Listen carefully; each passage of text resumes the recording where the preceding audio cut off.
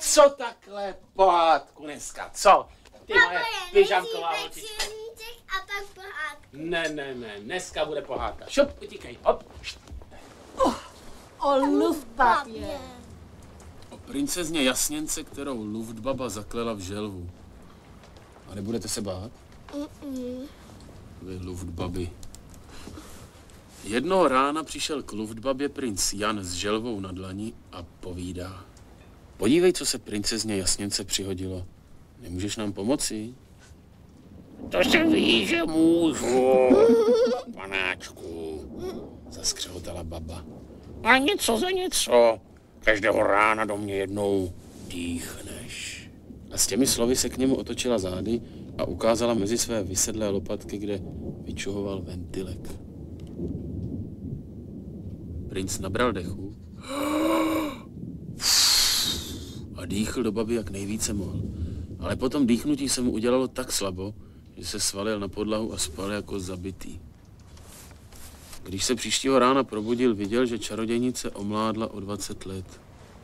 A už mu nedočkavě nastavovala záda. Princ dýchl do baby podruhé a cítil ještě větší slabost než první den. A něco mu říkalo, s třetím vydechnutím vydechneš svůj život.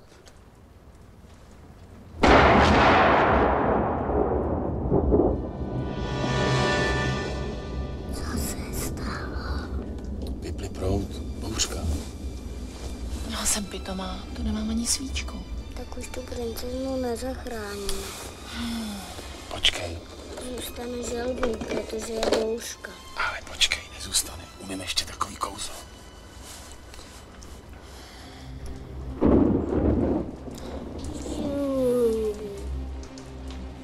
Ty tam máš drátky?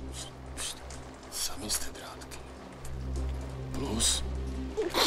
Minus. Co dál? Když se princ třetího rána probudil, byla z baby mladice. A hned dychtivě ukazovala mezi lopatky.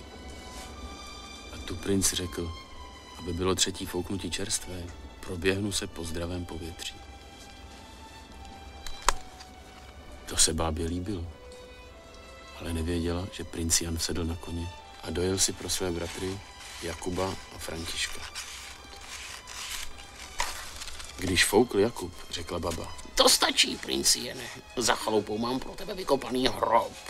V tom se Jakub vyměnil s Františkem. Když ten foukl, baba zakvílela. Co to děláš? To je moc. A princ Janý pak přidal jen jeden malý fuk. A luftbaba praskla. Nezbylo po ní nic, jenom pár tenkých plátků jako z balónku.